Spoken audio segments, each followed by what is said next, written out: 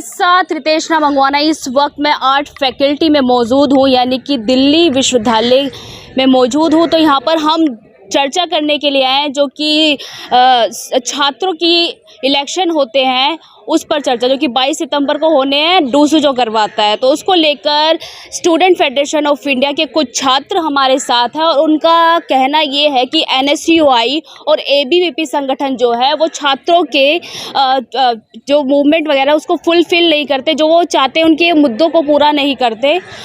तो उन पे आरोप लगा रहे कि वो लोग कॉलेज के अंदर घुसकर गुंडागर्दी भी करते हैं। तो हम सीधा यहाँ पर एसएफआई की एक कैंडिडेट है जो इस बार इलेक्शन में खड़ी हो रही है, सीधा उनसे बातचीत करेंगे। पहले तो अपना परिचय दीजिए। मेरा नाम निष्ठा सिंह है और मैं बिहार से आती हूँ और अभी मैं मास्टर्स कर रही हूँ दिल्ली यूनिवर्सिटी से। अच्छा, क्या क्या मुद्दे हैं आपके एसएफआई के? हमारे मुद्दे ये हैं कि पहली तो हमारी सबसे इम्पोर्टेंट जो मूवमेंट है वो हॉस्टल्स को लेकर है कि डीयू में हॉस्टल्स होना चाहिए। डीयू में हॉस्टल्स की बहुत कमी है, जो स्टूडेंट रेशियो है उस हिसाब से हॉस्टल नहीं है। तो ये हमारी जो मेन डिमांड है वो यही। अच्छा, ये भी सुना लग रहा है, पता लग रहा है कि एनएसयूआई के जो संगठन है एबीवीपी, वो किस तरीके की यहाँ पर गुंडागर्दी करते हैं। क्या आपको परेशानी होती है उस चीज़ से? एनएसयूआई और एबीवीपी कई सालों से यहाँ पे इलेक्शन जीतते आए हैं, वो यूनियन में रहते हैं। उनका जो मैनिफेस्टो है उसमें भी लिखा होता है कि वो हॉस्टल के लिए बात करेंगे, वो महिलाओं की सुरक्षा के लिए बात करेंगे। पर जैसे ही इलेक्शन ख़त्म होते हैं, जैसे ही उनको सीट्स मिल जाती है, उसके बाद ऐसा कुछ नहीं होता है, वो वैसा कुछ काम ही नहीं होता है। पिछले साल की बात है जब हंसराज के गर्ल्स हॉस्टल की ज़मीन जो थी वो गौशाला के लिए दे दी गई, तो उस वक्त भी यूनियन ने कुछ भी नहीं बोला। तो ऐसे यूनियन की हमें ज़रूरत नहीं है, हमें ऐसा यूनियन चाहिए जो हमारे ज़रूरतों के बारे में बात करे। अच्छा, दोनों संगठन जो है, कोई भी अगर उसमें से नेता बनता है, छात्र नेता बनता है, तो अपने वो वादे जो मैनिफेस्टो में होते हैं कभी भी पूरा नहीं करते। बिल्कुल, कभी वो पूरा नहीं करते हैं। वो पहले तो वो प्रचार के वक्त अपनी गाड़ियों में आएंगे, वो प्रचार करेंगे, खूब सारा पैसा लगाएंगे और उसके बाद जब वो जीत जाते हैं तो वो गायब हो जाते हैं। आप महिला हैं, जिस तरीके के आरोप आप लगा रहे हैं एनएसयूआई में महिलाओं की सुरक्षा नहीं है, तो कॉलेज में क्या माहौल रहता है महिलाओं के प्रति? कॉलेज में जो दिन के कॉलेजेस होते हैं, जो सुबह होते हैं, डीयू में इवनिंग कॉलेज भी होते हैं। तो इवनिंग कॉलेजेस में सेफ्टी की थोड़ी ज़्यादा इशू होती है क्योंकि वहाँ पे जो फीमेल रेशियो है वो बहुत कम होता है। तो अगर स्टूडेंट यूनियन है किसी कॉलेज में तो वो इस चीज़ का ध्यान रख सकता है कि कॉलेज एक सेफ स्पेस क्रिएट हो पाए लड़कियों के लिए, वहाँ उनके साथ बदतमीज़ी ना हो, या वहाँ से एडमिन जो है वो उनके साथ अच्छा व्यवहार रखे। क्योंकि ऐसा होता है कि शाम को कई लोग अब चिढ़ जाते हैं, थक जाते हैं, ये बहाना होता है लोगों का कि चिढ़ गए होंगे, थक गए होंगे। तो इस चीज़ को डील करना चाहिए। यहाँ का एक डीयू एक बहुत बड़ा यूनिवर्सिटी। अच्छा, आप महिला हैं, आप भी इस बार खड़ी हो रही हैं इलेक्शन में छात्रों के, तो आप क्या महिलाओं के लिए क्या करने वाली हैं? आपके वादे क्या रहने वाले, क्या आप उन्हें फुलफ़िल कर पाएंगे? मुझे ऐसा लगता है कि मैं तो पहली बात महिलाओं के लिए मैं शायद, मुझे याद नहीं है कि फ़ीमेल रिप्रेजेंटेशन कितना रहा है डीयू में, क्योंकि वो नेग्लिजिबल रहा है। हर जगह हम लड़कों का ही नाम देखते हैं, हर जगह किसी ना किसी लड़कों का ही प्रचार हो रहा होता है। तो पहली बात कि मैं जीएस कैश की बात करूंगी कि डीयू में जिस तरीके से जेएनयू में जीएस कैश इम्प्लीमेंट हुआ है उस तरह डीयू में भी होना चाहिए।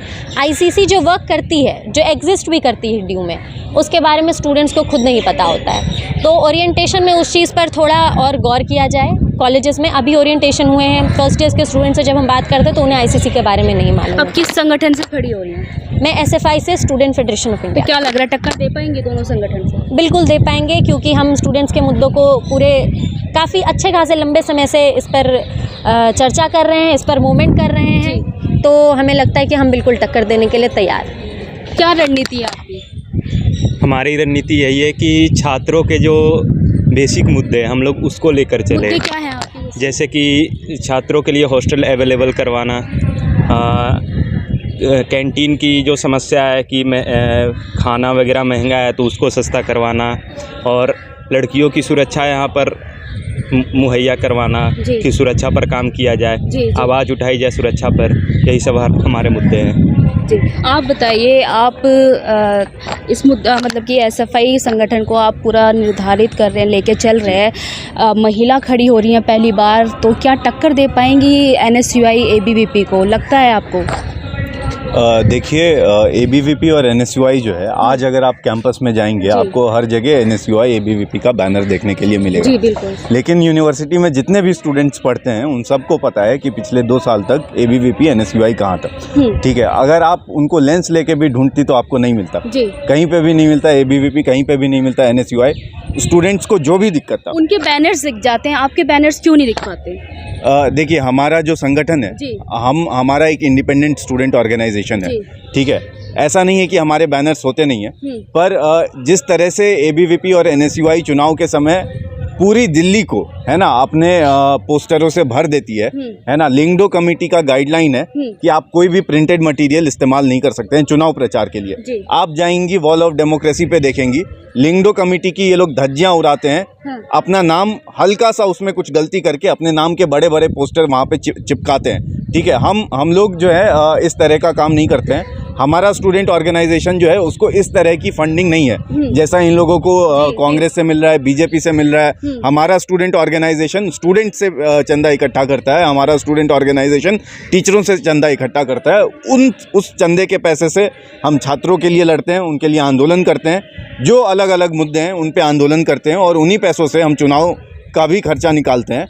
तो हम जो है चुनाव पे किस तरह से कम पैसों में चुनाव लड़ा जा सके, है ना, किस तरह से चुनाव लड़ते समय भी हम छात्रों को जागृत कर सकें उनके हकों के बारे में, इस पे हम ज़्यादा ध्यान देते हैं। तो कहीं ना कहीं जैसे कि एनएसयूआई है, एबीवीपी है, वो अपने पैम्पलेट्स लगा देते हैं पूरी दीवारों पर, जो कि दिखते भी हैं। कहीं ना कहीं ये आपका एक वीक पॉइंट रह जाता है यहाँ पर? जी नहीं जी, ये बिल्कुल भी हमारा वीक पॉइंट नहीं होता।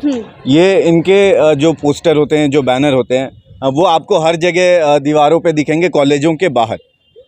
अगर आप कॉलेजों के अंदर जाएंगी तो वहाँ पे सिर्फ आपको एसएफआई दिखेगा। अच्छा, तमाम जो संगठन है वो मर्ज होते हैं एक दूसरे में, अलायंस करते हैं, जैसे कि अभी आपने सुना भी होगा, पार्टियां भी अलायंस कर रही है, संगठन बना रही हैं। तो आप रेडी हैं उस चीज़ के लिए, तैयार हैं क्या? देखिए, मैं आपको अलायंस से पहले कुछ चीज़ें बता देता हूँ। आज के समय में छात्रों के बहुत सारे मुद्दे हैं।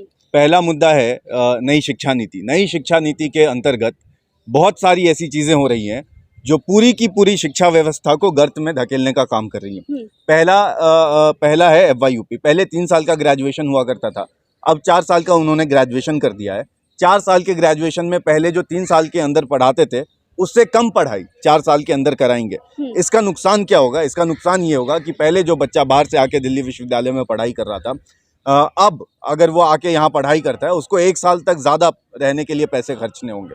दूसरी जो बड़ी दिक्कत है छात्रों के सामने वो ये है कि नई शिक्षा नीति लागू होने के बाद यूनिवर्सिटी ग्रांट कमीशन UGC को ये ख़त्म करने वाले हैं, उसकी जगह हेफा लेके आए। हेफा का काम होगा विश्वविद्यालयों को लोन देना, और विश्वविद्यालयों को उन्हें ब्याज के साथ वापस करना होगा। दिल्ली विश्वविद्यालय अभी 1000 करोड़ के लोन के लिए अप्लाई कर चुका है। उसके नतीजे में क्या हुआ है? उसके नतीजे में ये हुआ है कि हर जगह कॉलेजों के अंदर फीस बढ़ी है ना। जैसे दौलत राम कॉलेज है, वहाँ पिछले साल ग्रेजुएशन जैसे अगर आपने कि कोई भी BA करना था उसमें 16-17 हज़ार रुपये लगते थे, अब 31 हज़ार रुपये लग रहा है।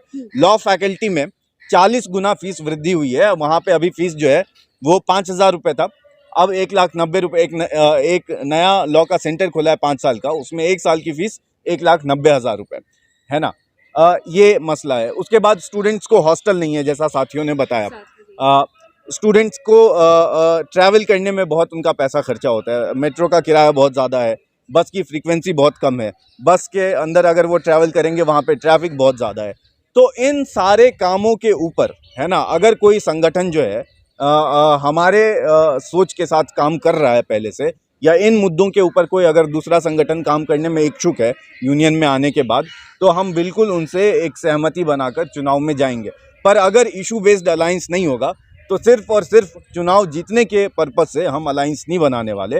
वो हमारी एक क्लियर कट समझ है। और दूसरी बात ये है कि यूनिवर्सिटी के अंदर भगवाकरण हो रहा है ना। अगर आप देखेंगी तो पिछले 2-3 साल में इस तरह से सिलेबस बदला गया है। अगर आप इतिहास का सिलेबस उठा के देखें जो दिल्ली विश्वविद्यालय में पढ़ाया जाता था, जितने भी इस देश के ना कहते हैं कि जो मतलब father and mothers of Indian history रहे हैं, उन सब की किताबें जो हैं वो हिस्ट्री के सिलेबस से ग्रेजुएशन से हटा दी गई है ना। और किन लोगों की इतिहास की किताबें उन्होंने सिलेबस में रखी है? ऐसे इतिहासकारों की जिनके इतिहास लेखन में तथ्य जो है लेश मात्र का है, और उसमें चीज़ों का आंकलन जो है ना वो इस तरह से किया गया है कि किस तरह से इतिहास में जो भी घटित हुआ है वो दो समुदायों के बीच का झगड़ा था, है ना, जो कि सरासर गलत है। उन इतिहासकारों को वो किया जा रहा है, सिलेबस में डाला जा रहा है।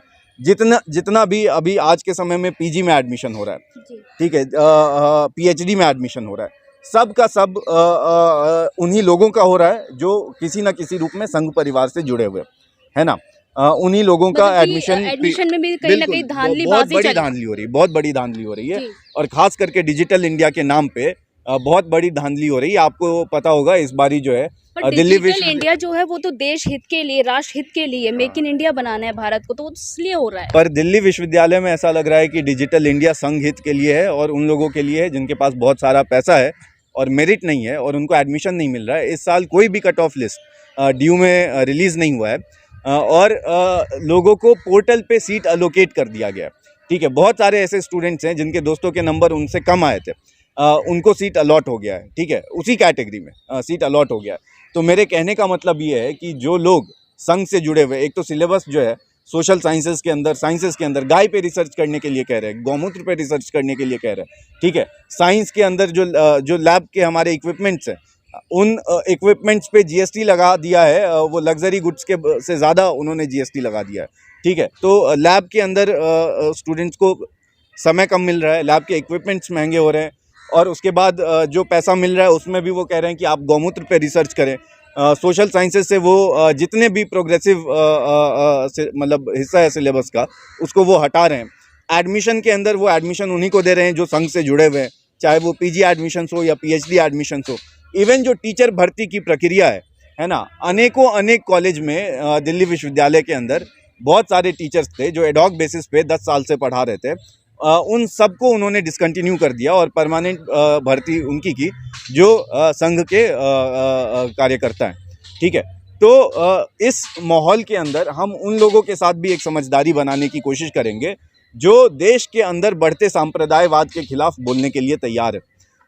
तो इस तरह से अगर हमारी समझदारी किसी भी संगठन के साथ बनती है चुनाव लड़ने के लिए, है ना, चुनावों के अंदर, तो वो इन दोनों चीज़ों पे निर्भर करेगी कि वो देश के अंदर जो नफरत फैलाने वाले लोग हैं उनके खिलाफ बोलने के लिए तैयार हैं। हाँ, बिल्कुल बिल्कुल।